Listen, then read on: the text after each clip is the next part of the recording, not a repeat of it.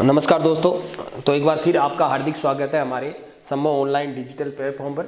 और जो मेरा चैप्टर था साइंस के अंदर, चैप्टर नंबर 2 चल रहा था, जिसका हमारा जो लगभग जो 90% जो पार्ट है वो पूरा हो चुका है। एक यूनिट आपके इस चैप्टर के अंदर शेष बची है, और वो जो यूनिट है जो मैंने आपको बताया था पहले भी, वो है ह्यूमन रिप्रोडक्टिव सिस्टम, जो हम आज स्टार्ट करेंगे।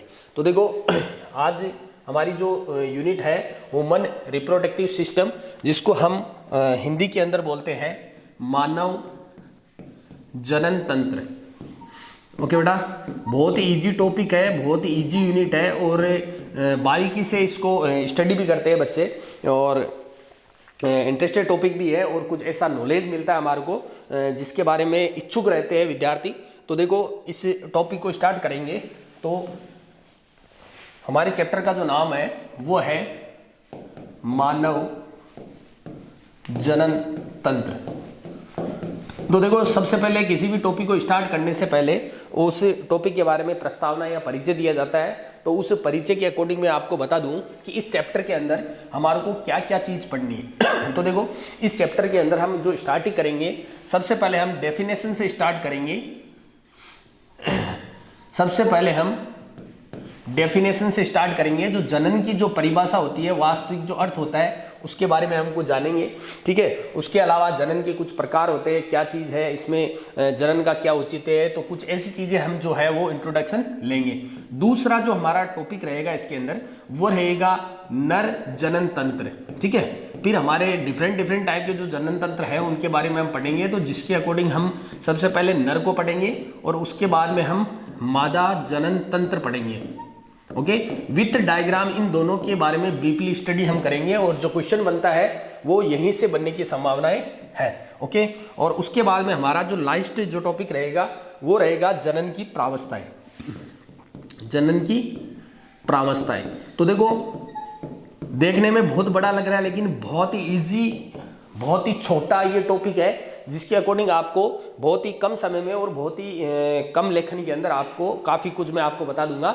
और इतना मेरा वादा है कि एग्जाम के अंदर यदि कोई क्वेश्चन आता है तो आप उसको इजीली तरीके से बिना किसी रिवीजन के आप उसको आराम से सोल्व कर सकते हो।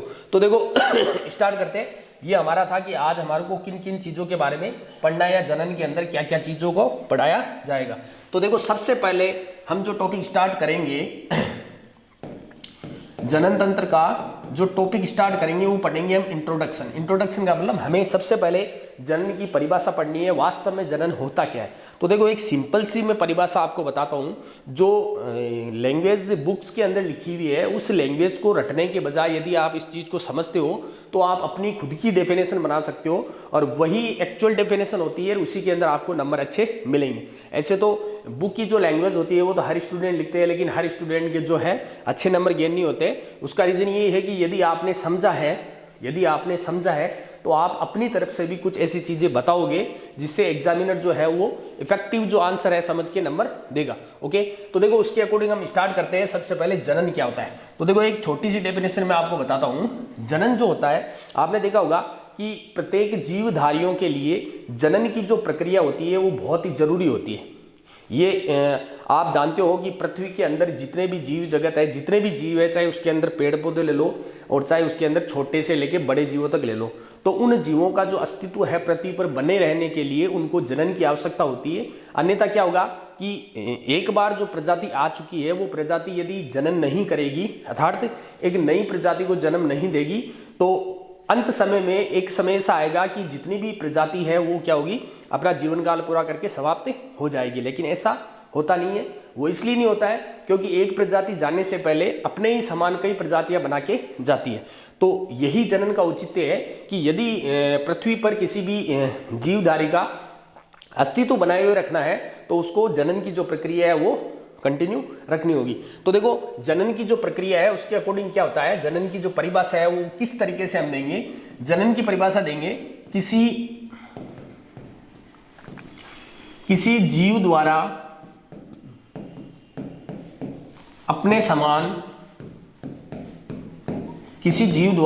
समान नए जीव की उत्पत्ति, उत्पत्ति करना। ओके, देखो सिंपल सी परिभाषा मैंने बताई है।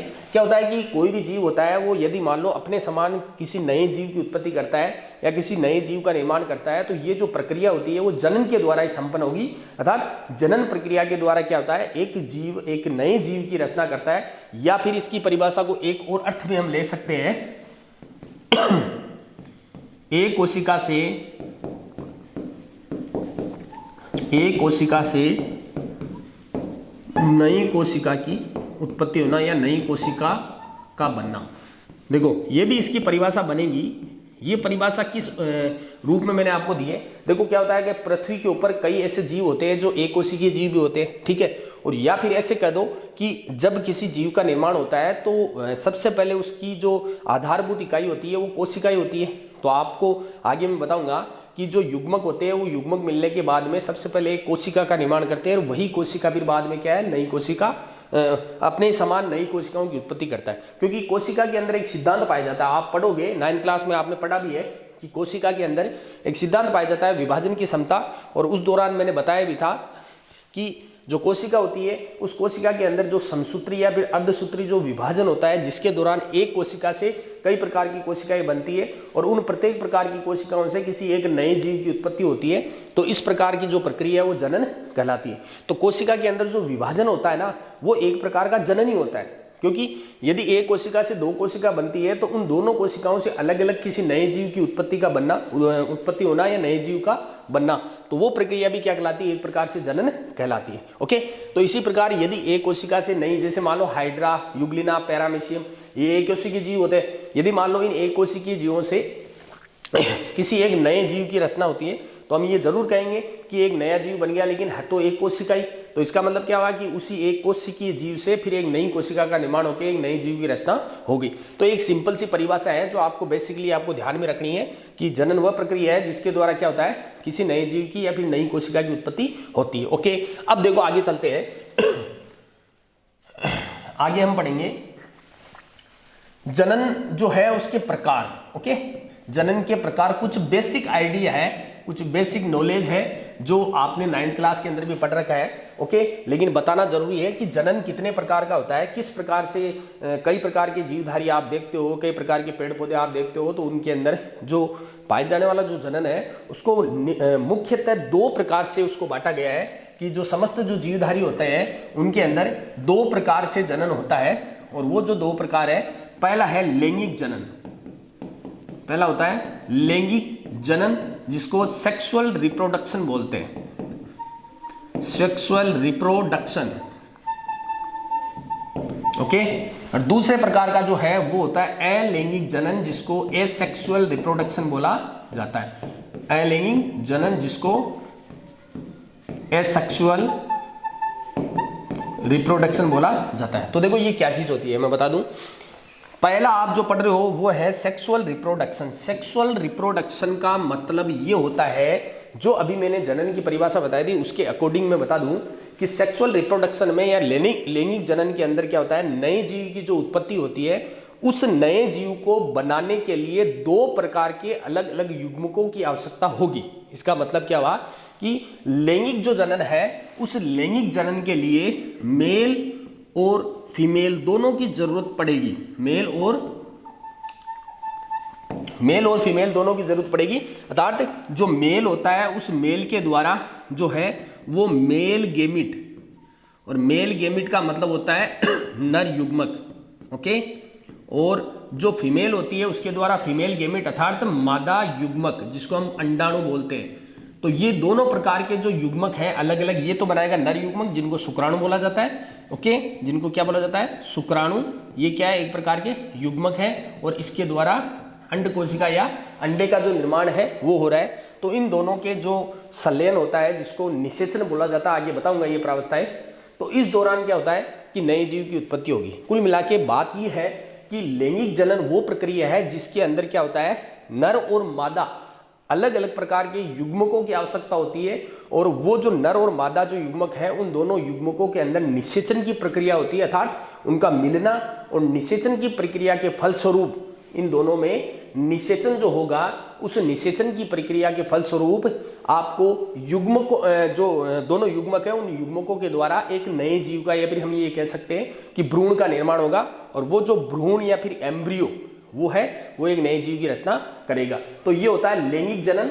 और दूसरे प्रकार का जो जनन है, अब देखो इसमें एग्जाम्पल मैं बता दूं आपको भाई, लैंगिक जनन के अंदर मेल तो आएगा, ठीक है, यानी ह्यूमन जो है हमारी लिविंग जो प्रजाति है, हम हमारी बात यदि करते हैं तो उसके अंदर जो ह्यूमन बींग्स है उनके अंदर लैंगिक जनन पाया जाएगा, ये अवश्य है, ठीक है। अब उसके अलावा भी यदि पेड़ पौधे की बात करता, कई बार क्वेश्चन पूछा गया आरएस के अंदर भी कि जो पेड़ पौधे होते हैं उन पेड़ पौधों के अंदर किस प्रकार का जनन पाया जाता है, तो इसको ध्यान से सुनना, पेड़ पौधों के अंदर भी लैंगिक जनन पाया जाता है। अब क्यों, मैंने अभी इसकी डेफिनेशन इसलिए नहीं बताई, यदि इसकी डेफिनेशन में आपको बताता तो शायद आप पेड़ पौधों के अंदर लैंगिक जनन को नहीं बताते, लेकिन पेड़ पौधों के अंदर भी लैंगिक जनन और अलैंगिक दोनों प्रकार का जनन पाया जाता है। ध्यान रखना इस चीज को। कैसे, ह्यूमन बींग्स की मैं बात नहीं कर रहा हूं, हम हमारी बात नहीं कर रहे हैं, हमारी बात हम समझ चुके हैं कि हमारे अंदर मेल और फीमेल होते हैं। अब मैं बात कर रहा हूं पेड़ पौधों की। तो देखो पेड़ पौधों के अंदर भी आपने पढ़ा होगा, बॉटनी के अंदर पढ़ा जाता है, वनस्पति विज्ञान में, कि पेड़ पौधे जो होते हैं उनके अंदर जो नर जो पौधा है, जैसे जेनेटिक्स में आपने पढ़ा था आनुवांशिकता में, मटर का पौधा था वो नर था अलग और मादा अलग, यानी नर के द्वारा परागकणों का निर्माण होता है और मादा जो युग्मक होता है उसके द्वारा अंड कोशिका का निर्माण होता है। तो उन दोनों युग्मकों का संलयन होगा, तो इसका मतलब क्या हो गया, लैंगिक जनन हो गया। तो पेड़ पौधों के अंदर भी लैंगिक जनन पाया जाता है, लेकिन उसके साथ साथ उनके अंदर अलैंगिक जनन भी पाया जाता है, क्योंकि अभी बताऊंगा किस प्रकार से अलैंगिक जनन को हम उसके अंदर ले रहे हैं। तो देखो अलैंगिक जनन को अब समझो। अब क्या होगा कि अलैंगिक जो जनन होता है ना, उसमें सीधी सादी बात है कि दो प्रकार के युग्मकों का संलयन नहीं होता है। यहां तो दो प्रकार के yuग्मकों का संलयन होता है, जैसे इसको एक बेसिक आप याद रखने के अकॉर्डिंग आप याद रखो, दो प्रकार के युग्मकों का संलयन या फिर निषेचन, है ना, यहाँ पे संलयन नहीं बोलेंगे, वैसे आप समझो इसलिए मैंने लिखा है दो प्रकार के युग्मकों का संलयन या फिर निषेचन होता है। यहाँ पे दो प्रकार के युग्मकों का निषेचन नहीं होता है, यहाँ पे एक ही प्रकार का जो युग्मक है वो या एक ही प्रकार की जो कोशिका है वो किसी नए जीव का निर्माण कर देगी। देखो इसको विद एग्जांपल हम समझते हैं। जैसे क्या होता है, निम्न श्रेणी के जो जीव है, निम्न श्रेणी के जीव है जिसके अंतर्गत मैंने आपको बताया था, जैसे हाइड्रा, युग्लिना, पैरामीशियम। तो इसमें क्या होता है कि वो जो हाइड्रा होता है वो एक कोशिकीय जीव होता है। तो उसके अंदर क्या होता है कि जैसे ये हाइड्रा का मैं इस तरीके से अपनी आकृति बदलता रहता है, तो इस प्रकार की मैंने हाइड्रा की आकृति बना दी, ठीक है। तो इसमें देखो क्या होता है कि विखंडन की प्रोसेस होती है, ओके, एक प्रकार की प्रोसेस है अलैंगिक जनन में। तो विखंडन के द्वारा क्या होता है, दो नए हाइड्रा का निर्माण हो जाता है। उसके अलावा युग्लिना होता है, कई प्रकार के ऐसे जीव होते हैं जिनके अंदर बड मुकुल का निर्माण होता है, तो उसके द्वारा भी एक नया जीव बन जाता है। यानी किसी डिफरेंट प्रकार के जो हमारे को युग्मक चाहिए उनकी आवश्यकता नहीं होती है, किसी एक ही कोशिका से क्या होता है, दो प्रकार की अलग प्रकार की नई कोशिकाओं निर्माण हो जाता है। जैसे युग्मक जो जनन होता है ना, उसको बेसिकली यहाँ मुझे बताने की जरूरत नहीं थी, लेकिन मैं बता दूं, बेसिकली हम तीन तरीके से पढ़ते हैं। देखो एक तो होती है विखंडन। अब किसी भी जीव के अंदर विखंडन का मतलब क्या हो गया, टूटना, टूटना। तो मान लो हो सकता है कि कोई ऐसा जीव है और उसके अंदर ऐसे विखंडन हो गया, ओके, विखंडन होने के बाद में एक इस टुकड़े से एक नया जीव बन गया, इस टुकड़े से नया जीव, इस टुकड़े से नया जीव, इससे नया जीव, तो 5 प्रकार के नए जीव का निर्माण हो गया। तो ये क्या हो गया, विखंडन द्वारा जनन, अर्थात विखंडन जो है वो किसकी प्रक्रिया है, अलैंगिक जनन की प्रक्रिया है। दूसरा देखो अभी मैंने बताया था आपको मुकुलन, हाइड्रा में भी होता है। कई बार क्या होता है, तुमने देखा होगा, जैसे पेड़ पौधे या कोई जीव होता है, उस जीव के अंदर एक छोटा सा ऐसे मुकुल का निर्माण होता है, ये टूट के गिर जाता है और दो नए जीवों का निर्माण हो जाता है। तो इसको बोलते हैं हम बडिंग या फिर मुकुलन। और उसके अलावा एक प्रोसेस और होती है कायिक जनन, जिसको हायर लेवल की जो क्लासेस है उसके अंदर हम अलग से पढ़ते हैं, उसको जनन को 3 प्रकार से पढ़ते हैं, लेकिन ये अलैंगिक जनन का ही प्रकार होता है, जिसके अंतर्गत हम क्या कहते हैं, कायिक जनन का मतलब होता है काय के किसी एक टुकड़े द्वारा एक नए जीव का निर्माण हो जाना। पेड़ पौधों के अंदर पाया जाता है। बिल्कुल देखो कैसे, तुमने देखा होगा कई प्रकार के पेड़ पौधे होते हैं, तो उन पेड़ों की टहन, जो हमारा तना होता है, पेड़ों का जो तना होता है, उस तने से एक नए प्रकार का वो निकलने लग जाती है, टहनी निकलने लग जाती है, यानी जड़ें उसकी एक ही रहती है, लेकिन ये भी एक अलग से पौधा बन जाता है। या फिर हम बेसिकली आपको प्रयोगशालाओं के अंदर या प्रैक्टिकली मैं आपको बता दूं कि आपने देखा होगा कि किसी एक पौधे के ऊपर किसी दूसरे पौधे का निर्माण कर देते हैं। जो एग्रीकल्चर डिपार्टमेंट है उसके अंदर आपने देखा होगा कि जैसे मान लो अलग प्रकार की जो प्रजाति है, तो एक पौधे के ऊपर उस दूसरे पौधे को क्या होता है, उसको बांध दिया जाता है, जिसको आपने छोटी क्लासों के अंदर कलम निर्माण विधि से आपने देखा होगा, नए पौधे का निर्माण होना। तो ये एक प्रकार का क्या है कि किसी भी पौधे की या जीव के काय के टुकड़े के द्वारा किसी एक नए पौधे का निर्माण हो जाना, वो क्या कहलाता है, कायिक जनन या सोमेटिक रिप्रोडक्शन। तो ये था हमारा एक बेसिक नॉलेज कि वास्तव में जो जनन है वो किस प्रकार से होता है। हमारे को जो पढ़ना है, हमारा जो टारगेट है वो है हमारा लैंगिक जनन, क्योंकि हम ह्यूमन रिप्रोडक्टिव सिस्टम की बात कर रहे हैं। तो अब हम जो स्टार्ट करेंगे हमारा वो करेंगे ह्यूमन रिप्रोडक्टिव सिस्टम। ओके बेटा, देखो अब जो हमारा टॉपिक रहेगा वो रहेगा नर जनन तंत्र, जो हम आज पढ़ेंगे बेसिक नर जनन तंत्र। ओके, देखो ये चीज हमारे को स्टार्ट करनी है, लेकिन उससे पहले मैं आपको कुछ एक बेसिक आइडिया दूंगा। वो आइडिया आपको देखना है, सुनना है, समझना है, बहुत ही इंपॉर्टेंट चीज है। देखो क्या होता है कि जनन तंत्र जो होते हैं ना, चाहे मैं मानव की बात करूं या फिर मैं नर की बात करूं या फिर मादा की बात करूं, तो उसके अंदर क्या होता है कि जनन तंत्र है तो उसके अंदर बहुत सारे क्या होंगे, अंग होंगे। ओके, अब क्या होता है कि जब बच्चा जन्म लेता है तो जन्म के दौरान क्या होता है कि उसके अंदर जनन तंत्र या फिर जनन अंगों का निर्माण तो हो जाता है। यानी कि जैसे बच्चा जन्म लेता है, मैं जन्म से बात कर रहा हूं कि जन्म लेता है, जो बच्चा है वो जन्म लेता है, तो जन्म के समय क्या होता है उसके अंदर जो जननांग है, ठीक है, जो जननांग है या फिर जनन तंत्र के जो अंग है वो विकसित हुए रहते हैं। यानी बाहरी, अगर बाहर से हम देखें तो वो जनन जो अंग है, ऑर्गन है, वो विकसित हो चुके होते हैं। लेकिन क्या होता है, लेकिन वो जो बच्चा है वो जनन योग्य नहीं हो पाता है, अर्थात जनन क्षमता का विकास उसके अंदर नहीं होता है, और उसको हम बोलते हैं परिपक्वता। ओके, तो दूसरा हमारा वर्ड है जनन परिपक्वता। जनन परिपक्वता का मतलब क्या हुआ कि यदि किसी जीव के अंदर जनन करने की क्षमता आ जाए, अर्थात उसके अंदर सीधा साधा मैं मतलब आपको बता दूं कि किसी भी व्यक्ति के अंदर युग्मकों का निर्माण होने लग जाए, क्योंकि अंत समय जनन के दौरान युग्मकों का जो है वो निषेचन होता है, और युग्मकों का निषेचन कब होगा, जब उसके अंदर युग्मक पाए जाएंगे। तो ये जो जनन परिपक्वता होती है ना, ये जनन परिपक्वता दो प्रकार से होती है। देखो कैसे, इस टर्म को मैं एक तरीके से और लेऊं, देखो इस तरीके से ले सकता हूं, यौवनारंभ, एक वर्ड है यौवनारंभ, ठीक है, इसका मतलब है यौवन अवस्था का आना, ठीक है, जिसको हम इंग्लिश के अंदर प्यूबर्टी बोलते हैं ना, प्यूबर्टी। ओके, तो एक ही बात है कि यदि कोई व्यक्ति यौवनारंभ अवस्था में आ चुका है या प्यूबर्टी की स्टेज में आ चुका है तो उसके अंदर लैंगिक परिपक्वता आ जाएगी। इसका सीधा साधा मतलब क्या होता है कि उसके अंदर युग्मकों का निर्माण होने लग जाएगा, युग्मकों का निर्माण होना। तो ये चीज तो क्या है, उसकी एक्सटर्नल प्रोसेस है, का आंतरिक रूप से उसके अंदर, शरीर के अंदर युग्मकों का निर्माण होने लग चुका है। लेकिन यदि बाहर से हम देखते हैं कि बाहर से यदि प्यूबर्टी की जो स्टेज है वो पता करनी है, तो हम एक्सटर्नल रूप से उस व्यक्ति को किस प्रकार से पहचान सकते हैं कि उसके अंदर प्यूबर्टी आ चुकी है। तो वो जो होती है प्यूबर्टी, वो हम किस तरीके से देखेंगे, तो पहले मैं बता दूं आपको कि जो यौवनारंभ जो अवस्था है, अर्थात प्यूबर्टी की जो स्टेज है, उसकी जो उम्र होती है, यौवनारंभ कब प्रारंभ होता है, जो उम्र होती है वो हम ऐसे मानते हैं कि मेल में 13 से 15 वर्ष की जो उम्र होती है उस दौरान उसके अंदर प्यूबर्टी या फिर यौवनारंभ प्रारंभ हो चुका है।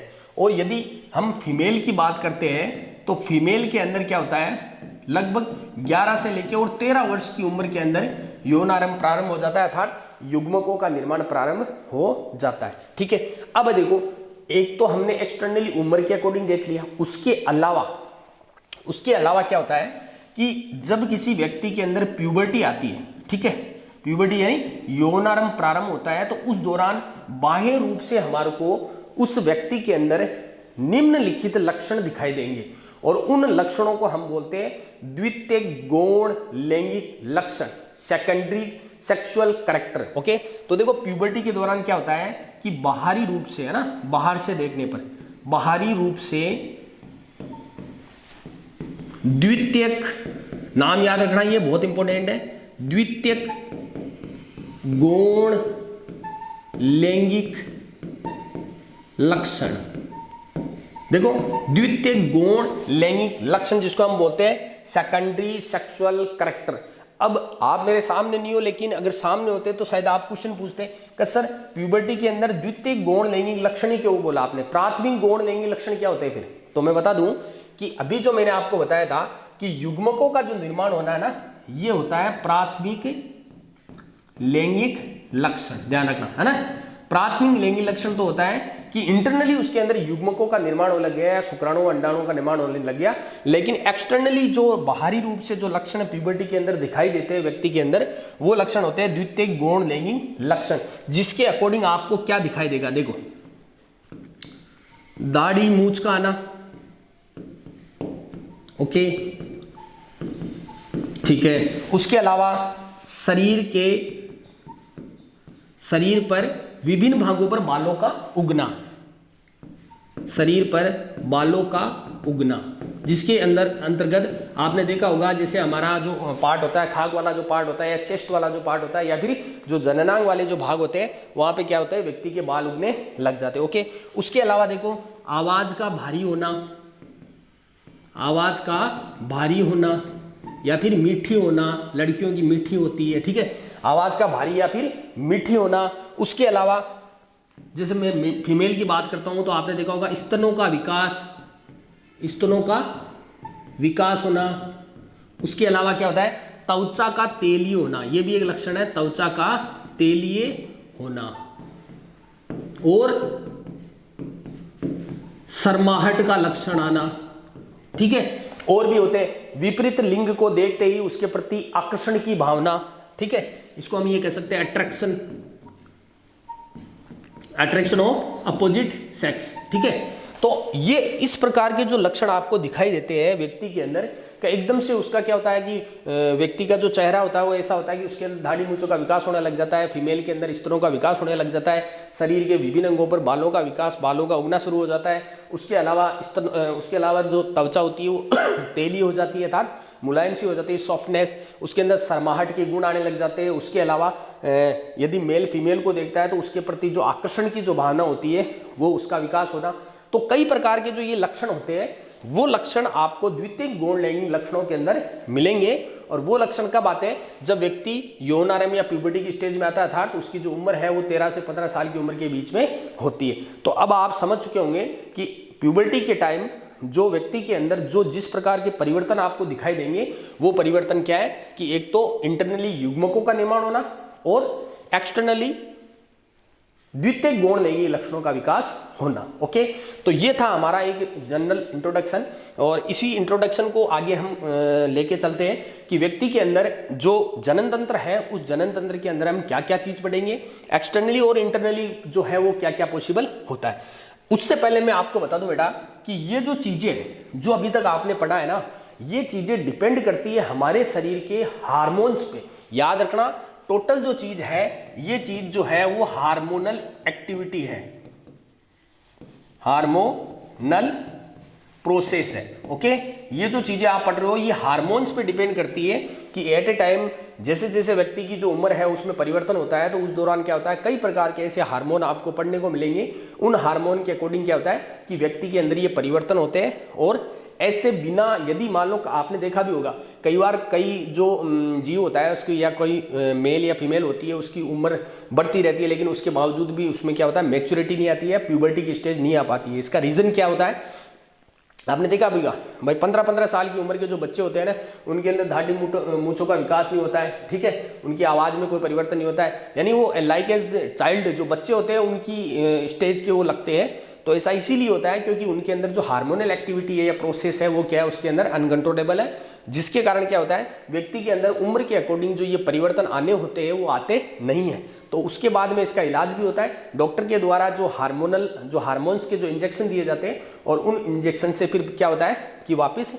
जो ये लक्षण है वो आना स्टार्ट हो जाते हैं, ओके। तो ये था हमारा कि बेसिक एक आइडिया था, और अब इस बेसिक आइडिया से हम आगे चलेंगे। अब हमारा जो टॉपिक है वो है जनन तंत्र। तो देखो जनन तंत्र के अंदर मैंने बताया आपको, हम सबसे पहले स्टार्ट करेंगे नर जनन तंत्र, ओके बेटा। देखो नर जनन जो तंत्र है वो हम आज स्टार्ट करेंगे, तो आज आपकी क्लास के अंदर वो नहीं हो पाएगा, क्योंकि अगर बीच के अंदर मैंने थोड़ा बहुत बता दिया तो फिर वापस मुझे बताना पड़ेगा। ये एक पूरा टॉपिक है जो आपके एक लेक्चर के अंदर कंप्लीट होगा। ओके, कोई दिक्कत नहीं है, हम आराम से, हमारे पास अभी समय है, हम आराम से बताएंगे। यदि आप हमारा साथ दोगे तो हम हमारी जो क्लास है वो कंटिन्यू रखेंगे। तो जो नर जनन तंत्र है वो आपको मैं कल बताऊंगा, लेकिन इसके साथ साथ आपको पता लग चुका है कि हमारा जो टॉपिक है वो अगला क्या है, नर जनन तंत्र। तो आप ऑब्वियसली अपनी बुक से या फिर अपने जो भी इंटरनेट के माध्यम से आप कुछ चीज़ें गेन करेंगे, आप इसका डायग्राम वगैरह देखेंगे, आप पढ़ेंगे, और उसके बाद में यदि मैं समझाता हूँ तो शायद हो सकता है कि आपको बहुत ईजी तरीके से और अच्छी तरीके से समझ में आए। बहुत ही ईजी टॉपिक है और इसके अंदर इतना ज़्यादा हम डीपली नहीं जाएंगे, लेकिन कुछ हद तक जो कंपटीशन लेवल के क्वेश्चन है, जो आउट ऑफ सिलेबस है, वो भी मैं आपको नॉलेज बेसिस के आधार पर मैं बिल्कुल अवश्य बताऊँगा। मेरी इच्छा रहती है कि बुक्स के अलावा भी कुछ ऐसी चीज़ें जो बहुत ज़्यादा बच्चे के महत्वपूर्ण है, हो सकता है उसको आगे पढ़ने को मिले या ना मिले, लेकिन कभी भी किसी भी एग्जाम के अंदर यदि वो क्वेश्चन आ जाए तो आप आराम से कर सको। और उसके अलावा मैं आपको एक बात बता दूं बेटा कि यदि आपके बड़े भाई बहन वगैरह अगर कोई कंपटीशन की तैयारी कर रहे हैं, चाहे वो पटवारी का एग्जाम हो, चाहे वो आरएस का एग्जाम हो, या कोई और अदर एग्जाम हो, कोई सा भी ले लो आप, चाहे रिट का एग्जाम हो, किसी भी एग्जाम की यदि तैयारी कर रहे हैं तो आप जो अभी मैंने आपको जितने टॉपिक पढ़ाए हैं, जिसके अंदर मैंने आपको आनुवंशिकता पढ़ाई है, उसके अलावा जैवतंत्र जो पढ़ाया है ना, जिसके अंदर आपके पूरे सिस्टम है, तंत्र है, वो हर एग्जाम के लिए इंपॉर्टेंट है और 100% उन एग्जाम के अंदर इनसे क्वेश्चन पढ़ते हैं। तो मैं ये मानता हूं कि उनको भी आप जागरूक करें कि ये जो लेक्चर है आप अटेंड करो, या फिर आप खुद पढ़ के समझ के उनको ये सिस्टम समझाओ, ताकि कोई भी क्वेश्चन यदि कंपटीशन में आता है तो उनको फायदा मिले। तो मैं फिर कह रहा हूं कि कंपटीशन बेसिस पे भी आप इन लेक्चर को आप अटेंड कर सकते हो और रेगुलर आप अपनी क्लासेस लीजिए। अभी स्कूल का कोई न्यूज़ नहीं है स्कूल खुलने का, तो फिलहाल आपको कंटिन्यू करना है और जितने भी आपके जो कलीग्स है या आपके जो दोस्त हैं उनको भी आपको ये शेयर करना है, और आपको जो लेक्चर होता है आप देखने के बाद में उसको लाइक भी करना है और पूरा देखना है उसको पीरियड को। ओके बेटा, थैंक यू।